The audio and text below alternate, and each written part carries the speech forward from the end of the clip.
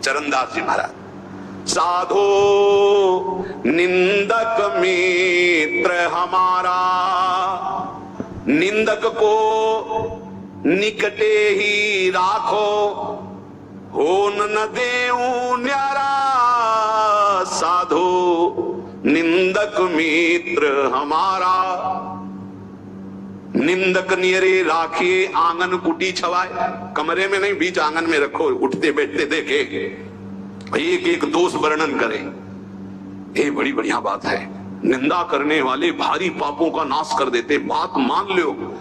पर जब निंदा होती है तो ऐसे लगता है जैसे दिया सलाई पेट्रोल डाल के लगा दी गई उन्हें छाती, और उसके प्रति यही आएगा कि अगर तब होता तो राखी करके दिखा देते लोगों को। हाँ, ये अगर अंदर वृत्ति है तो भगवदानंद की अनुभूति नहीं होगी, ध्यान रखना। सहना पड़ेगा अपवाद और प्रवाद। अपवाद यदि गलती हुई है उसकी निंदा हो रही तब तो ठीक ही हो रही, उसमें क्या बोलना है। और अगर गलती नहीं हुई निंदा हो रही तो बहुत ठीक हो रहा, तुम्हारे प्रारब्ध का नाश हो रहा, पूर्व प्राप्त जो शरीर को दंड मिलता और निंदा देके भुगता दिया गया। कह रहे निंदक को निकट ही रखो, बढ़िया सुविधा देके रख सकते, प्रशंसा वाले को रखा जाता है नजदीक। खड़े हो माइक में।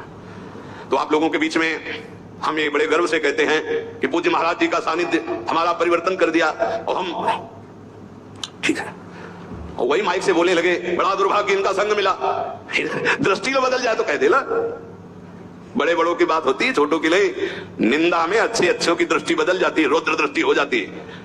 जो निंदा होने पर शांत रहे वो स्थिति प्रज्ञात्मा होता है। पूज्य पाक गुड़िया बाबा जी महाराज जैसे कोई विदेशी भाषा में हमको गाली दे, हमें पता नहीं क्या बोल रहा है, मुस्कुरा चल देंगे। जब हमारी भाषा में हमको गाली दे और वैसे मुस्कुरा चल दे, बिल्कुल बुरा ना लगे, तो समझो स्थिति आई है। पाछे निंदा करियग धोवे, सुनि मन मिटे विकारा, जैसे सोना तापी अगिन में, निर्मल करे सुनारा, साधो निंदक मित्र हमारा। ये निंदक लोग कितने कृपालु हैं। ये पीछे से निंदा करते हैं और क्या करते हैं, समस्त विकारों को उसके मिटाकर ऊपर उठा देते हैं। पक्का निंदा सह गए तो भूमिका बदल जाएगी।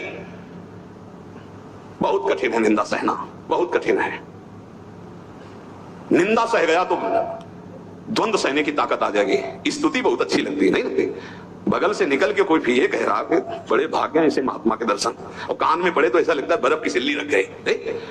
और जब कोई न कोई प्रणाम न कोई नमस्कार और कटु वचन बोले, फिर उसके हमारा नम्र भाव, ये हमारी वैष्णवता, ये साधुता है। क्या करते हैं, जैसे अग्नि में तपाकर सोना शुद्ध होता है, ऐसे निंदा करके ये लोग हमारे पापों का नाश करके हमें ऊंची स्थिति प्रदान करते। तो कौन बड़ा हुआ, जो हमें स्तुति करके नीचे गिरा दे या जो निंदा करके ऊपर उठा दे। जो ऊपर उठा दे तो निंदक मित्र हमारा। बोले घन अहरन कसी हीरा, निबटे कीमत लक्ष्य हजारा। कांच और हीरा की पहचान कैसे होती है, एक घन में पहचान होती है।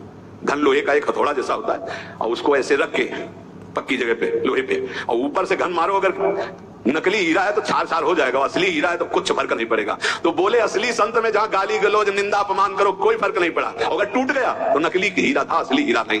घन अहरन कसी हीरा, निपटे तो कीमत लक्ष्य हजारा, ऐसे जाचत दुष्ट संत को करन जगत उजियारा, साधो निंदक मित्र हमारा। ये भगवान से मिलाने वाले बनते हैं, निंदा करने वाले। ये दुष्ट जन जो निंदा करते हैं ये हमें भगवत प्राप्ति कराते हैं। इनके चरणों में कोटि कोटि प्रणाम। इस संसार में फंसने नहीं देते, छोटी सी छोटी गलती सामने रख करके हमको भगवान से मिला देते हैं, हमारे पापों का नाश कर देते हैं, हमारी बाधाओं का नाश कर देते हैं।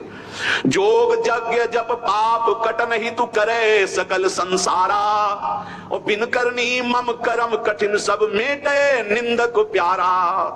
कितनी बढ़िया बात। बड़ी बड़ी साधनाओं से पाप नष्ट करने का प्रयास किया जाता है, लेकिन निंदक, हम कुछ प्रयास भी नहीं कर रहे, हमारे सारे पाप नष्ट कर रहा है निंदा करके। कितना प्यारा मित्र है। बिन करनी मम करम कठिन सब मेटे निंदक प्यारा, सुखी रहो। ये कोई संत ही बोल सकते हैं, ये केवल संत हृदय बोल सकता है। सुखी रहो निंदक जग माही, रोग न हो तन सारा, हमारी निंदा करने वाला उतरे भो निधि पारा। ये कोई महात्मा ही बोल सकता है, दूसरे की ताकत ही नहीं। कह रहे हैं निंदक सुखी रहो, इस लोक में तुम्हारे शरीर में कोई रोग ना हो, और मेरी निंदा करने वाला परलोक में भगवान को प्राप्त हो। ये मेरा आशीर्वाद है। क्या संत है, क्या इनका हृदय कौन जान सकता है। सुखी रहो निंदक जग माही, रोग न हो तन सारा, हमारी निंदा करने वाला उतरे भव निधि पारा। साधो निंदक मित्र हमारा। निंदा जो कर रहे हैं, निंदक के चरणों की स्तुति भाखों बारंबारा। चरण दास कहे सुनियो साधु, ये निंदक साधक भारा। ये निंदा करने वाले भगवान की प्राप्ति कराने में बड़े सहायक हैं। हे साधु, कभी इनकी निंदा मत करना। जो तुम्हारी निंदा करे तुम सह जाना, तुम्हें भगवत प्राप्ति करा देंगे, पक्की बात। इसलिए महाप्रभु चैतन्य देव अपने श्रीमुख से कह रहे हैं कि यदि लौकिक और पारलौकिक उन्नति प्राप्त करना चाहते हो तो तुम अपनी निंदा की कभी अवहेलना मत करना। तुम्हारी निंदा हो रही, बड़े प्यार से चुपचाप सुन लेना, क्षमा कर देना, तो तुम इस परमार्थ के क्लास में ऊपर उठ जाओगे। यदि जीवन में किसी के कोई दैवी संपदा की विशेषता और महाभागवती गुण पाए गए हैं तो उन्होंने जीवन में बहुत कष्ट सहा है, गालियां सही है, मारपीट सहे, अपमान सहे हैं, तब जाकर वो जैसे स्वर्ण तपाने पर चमकता है ऐसे वो चमकते हैं। उपासक को लौकिक पारलौकिक उन्नति प्राप्त करने के लिए निंदा, अपमान, तिरस्कार सहना होता है। ये सहने की सामर्थ्य, फिर कह रहा हूं, सदगुरु कृपा पात्र में आती है। जो सदगुरु प्रदत्त नाम जप करता है, मंत्र जप करता है और उनके चरणों में दैन्य होकर रहता है, उनकी आज्ञा में रहता है, तो ये सब जितनी सामर्थ्य देवी संपदा की वो सब जागृत हो जाती है। खूब नाम जप करें, सहनशील बने, सहनशील ही भगवान को आशय उदार धीरज सहित विवेकी। सहनशील, आशय उदार, धीरज सहित विवेकी, ये परमार्थ का विजयी योद्धा होता है। धैर्यवान, विवेकवान, सहनशील, उदार आशय, सबका देखो कितना उदार आशय। कह रहे जो हमारी निंदा करे कभी अस्वस्थ ना हो, सुखी रहे, जब शरीर छूटे तो भगवान को प्राप्त हो, भवनिधि से पार हो जाए मेरी निंदा करने वाला। क्या महात्मा का हृदय है, बलिहारी है ऐसे महापुरुषों की जो अपमान और निंदा करने वालों को भगवत प्राप्ति कराते हैं। पूरे महापुरुषों के चरित्रों में यही तो पाया जाता है। हम ऐसे महापुरुषों के बच्चे हैं, उनकी शरण में हैं, तो जैसे पिता के गुण पुत्र में आते हैं, ऐसे आचार्य और गुरु के गुण शिष्य में आते हैं, शरणागतों में आते हैं। हम सब आचार्य की शरण में हैं। ऐसे सहनशील, आशय उदार, धीरज सहित विवेकी गुरुजनों का आश्रय लेकर हम यही लक्षण धारण करें। खूब नाम जप करें।